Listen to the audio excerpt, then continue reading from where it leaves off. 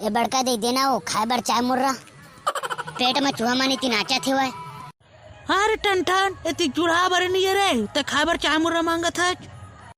अरे चूल्हा बार में तभी तो बरी वो बड़का दाई इतने कल करा गर्मी में आगी लो बारह रे ठन तो कैसे बड़का दाई आगिल बार में नहीं तो कुछ बनावे कैसे वो हैं? इतने गर्मी में कुछ नहीं बनाओ रे ठन मैं बता देता हूँ।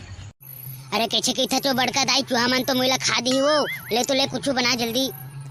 रात के वैसे बासी रे ठन और पताल के चटनी पीट ले ताजा ठूस ले। ला भाई बासी नहीं सही कम से कम पेट ला आराम तो मिली साले ला। गर्मी में बासी खाए के अलग ही मजा है वो बड़का दाई।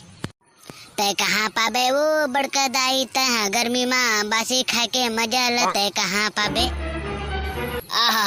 गर्मी में टमाटर की चटनी और बासी कुकरी बोकरा में नहीं हो बड़का दाई मजा आ गई माँ कसम।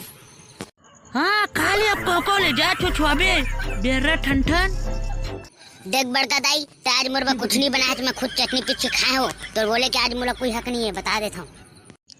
का बोले रे बेर्रा रोगा ठन मुरे बना खाता मोला टे रे रोगा। अरे दादा भाग रे ठन नहीं तो बड़का दाई तोर चटनी बना दी रे।